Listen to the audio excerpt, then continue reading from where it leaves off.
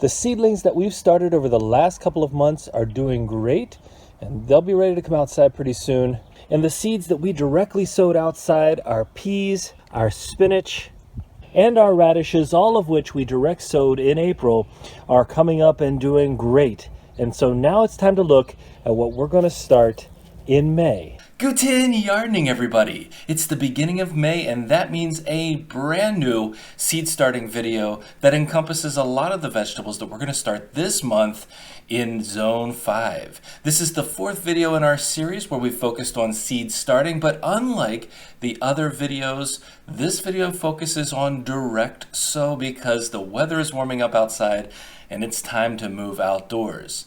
Now we're here in Zone 5, and if you don't know your growing zone, you can always check out the USDA Grow Zone map, which is pictured right here. And Zone 5 is encompassed by over 30 states, and you can see it highlighted in blue on this map. So if you're in one of these 30 states, chances are you might be in Zone 5 or a zone that's pretty close. The growing zone period for Zone 5 is medium short compared to many of the other grow zones with the higher numbers, with our typical last frost in the middle of May and our first frost around the middle of November. So without any further ado, let's jump into the vegetables that we're getting started outdoors here in Zone 5 in May. The first vegetable is one that we have not grown before, but we're really excited to try out, and that is the parsnip. Now, parsnips have a bit of a longer growing season, between 100 to 120 days, with a germination period of 12 to 14 days, and now is the perfect time, now through mid-May, to get them planted directly outdoors. One of the things about parsnips is so interesting is they look like a carrot, they look like a white carrot, but their taste is definitely different, with a nutty, kind of earthy taste.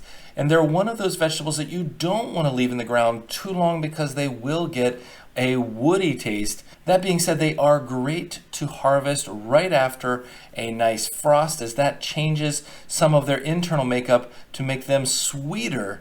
And that's something that I find to be incredibly delicious. The way I like to eat these is with a little bit of olive oil, sea salt, and pepper just roasted in the oven. They go great with a huge number of dishes. Another one of our favorites is the beet. Beets bring an incredible amount of value to you in your garden, both health-wise and, in my opinion, taste-wise. We typically plant some golden beets, which are that nice yellow-orange inside, and we plant some of our red beets. So we have several different varieties of beets that we grow here. They are a quick germinating plant at 5 to 8 days, and their maturation period is much shorter than the parsnips at 45 to 65 days. Now you can start harvesting the greens from the beets after about a month, and the greens are actually better when harvested a little bit younger. As they get toward that mature time period, you can still steam them or eat them just in general, but the taste changes a little bit and the texture changes as well. In terms of nutritional benefits, well, if you've been to the store recently, you've probably seen little beet shot drinks, these energy drinks that are supposed to help you throughout the day. And that's true. Beets do provide quite a bit of energy. But one of the things that I think is really cool about beets, and there have been studies on this, when you eat beets, it helps to expand your blood vessels and therefore lower your blood pressure. So this is an exceptional root crop that will help you in many ways. And one thing you might not know about beets that I also think is really interesting, if you've ever looked at a beet seed, you might notice it kind of looks like a little carrying case. And that's because if you could open up the seed, you would see inside that it's actually carrying 2 to 4 little beet seeds inside. So even if you space your beet seeds appropriately upon planting, you will still likely have to thin them out. If you've been following our channel for any length of time, you know that potatoes are at the top of our list, right there with sweet potatoes, in terms of plants we love to grow and love to harvest.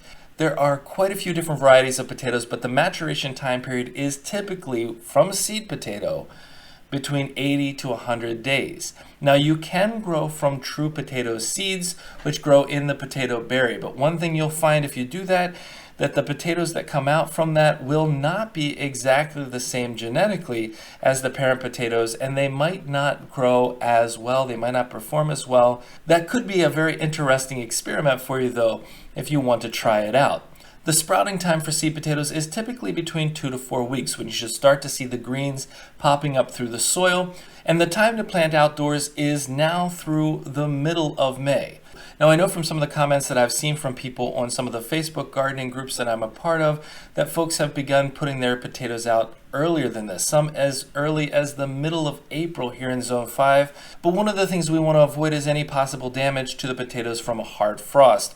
And so that's why we typically wait until May before we plant our seed potatoes. Now we have grown quite a few different varieties. Now just like tomatoes, there are determinate and indeterminate varieties of potatoes. The determinate varieties, just like tomatoes, tend to be a smaller plant. They also tend to produce a little bit less than the indeterminate varieties because of how they grow.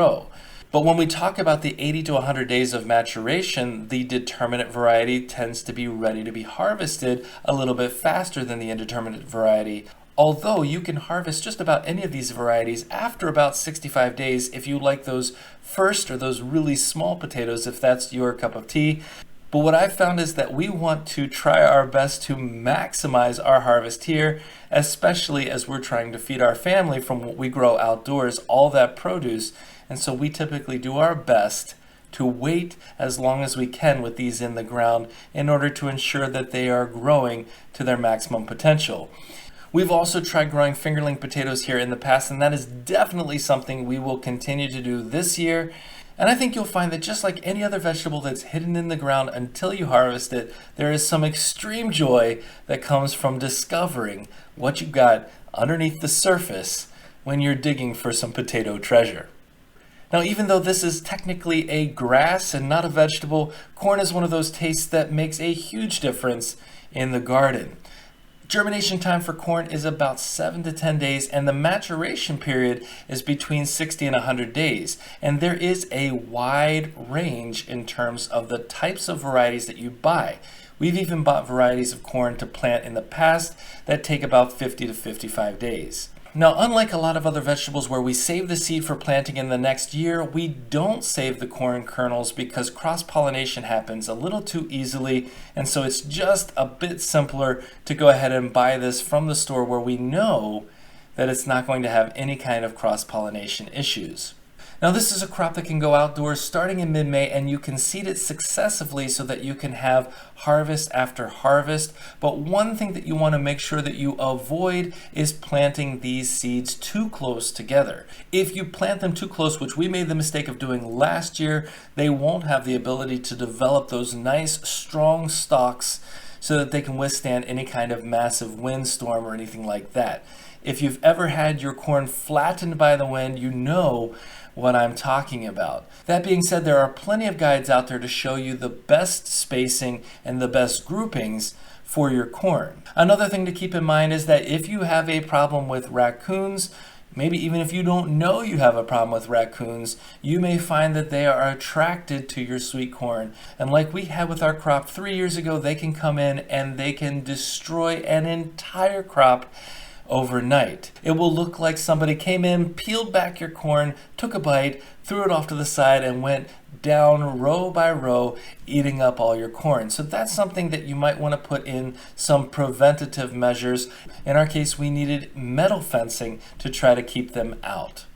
In terms of vegetables that you should not plant near to the corn, I would say that anything that requires a good bit of sunlight that's going to be negatively impacted by the height of the corn is a good crop to keep away. And on top of that, tomatoes tend to attract the same pests, so it's a good idea to keep them separate in the garden if you can. And one more thing that's really cool about corn, if there's any damage to the corn at all, sometimes you'll see the development of what we call corn smut or huitlacoche. If you see this growing on your corn, don't throw it out. I know it looks kind of like an alien creature has come to land on your corn, but it is a fungus, much like a mushroom, that is perfectly edible and tastes amazing. So we highly recommend, if you see this growing on your corn, don't throw out the corn. Pull off the huitlacoche and give it a try. Green beans are a great crop to start here in May, and they're one of those really easy vegetables to grow. They typically take about 4 to 10 days to germinate, and then the growth explodes. Depending on the variety that you choose, the maturation time period is between 45 to 60 days, and they're best to start outdoors between mid and late May. Now you will find that there are some varieties that are better for our area in zone 5 than others, but you can do some research into that, I think, on your own. Green beans come in many different colors, so I guess you could have purple green beans and green beans and yellow green beans, depending on the variety that you choose. One really cool thing is that the purple green beans, when you cook them up or steam them up, they turn green. There are 3 different varieties of beans, though. There are the pole beans, the bush beans, and the half-runner beans. The pole beans tend to grow upwards of 7 to 8 feet tall. The bush beans, on the other hand, take up much less space. They tend to fill out rather than growing up. And then the half-runner is a cross between the two, and so it gets to be about 5 feet tall. Our preference in terms of taste tends towards the bush bean variety, which I found to be a little bit more tender, and I think just a better taste overall. With any of these beans, though, if you allow them to mature fully on the plant and get too big, you will see a tough, woody taste that is not really appealing. Now you can also set aside a couple of plants if you would like to save the seeds from them. You just let those plants grow until they get fully mature and then stay on the vine and dry out. Of course, if you stop picking beans, then the plant will stop producing. So if you want more beans, make sure you're picking consistently to encourage the plant to produce more. Last year was our first year growing okra, and it is a fabulous tasting addition to the garden. The germination time is between 2 to 12 days for the seed, and the maturation time is between 50 and 65 days, but okra continues to produce for up to 4 months after the plant starts to produce the flowers that then turn into these pods.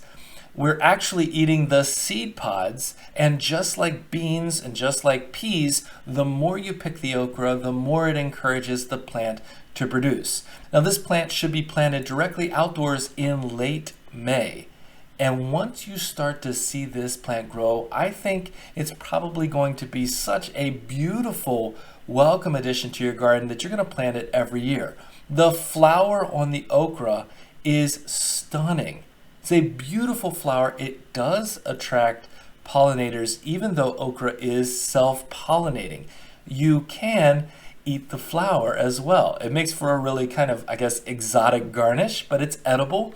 Although if you do eat the flower, then the seed pod won't form, and so you won't have your typical okra. So you kind of have to set limits for yourself if you're going to eat the flower as to how much you do eat. The last 2 are put together as they are some leafy greens that are perfect to go out in May. We have our cilantro and our arugula, also known as rocket, depending on where you live. I think probably in zone 5 in the US, most people know it as arugula. It is that kind of bitterish vegetable that goes really nicely with salad. And cilantro? Well, cilantro is a really interesting vegetable because I know some people believe that it tastes like soap, and apparently that is a genetic thing where for some people it tastes like soap, for other people it tastes completely different. The germination time for cilantro and arugula is between 5 to 10 days, and the maturation time period actually varies just a little bit. You can harvest both of these after about 40 days, but it sometimes takes the cilantro a little bit longer to get going. But for both of these are cut and come again vegetables where you can harvest those bigger outer leaves and allow the plant to continue growing. The arugula can go outdoors now. For the cilantro, you want to wait until about mid-May before you put that outdoors. But both of these add some great texture, great flavor to your dishes. And the cilantro? Well, that would make a great addition to any huitlacoche tacos that happen to come your way during your corn growing season. Well, we hope you enjoyed this video and found it useful. There are plenty of other vegetables out there, and we would love to know what you're planting in your garden here in May in Zone 5. If you enjoyed this video, don't forget to give us a like, leave us a comment, remember to share and subscribe, and most importantly, remember, when you're with us, you are good to grow.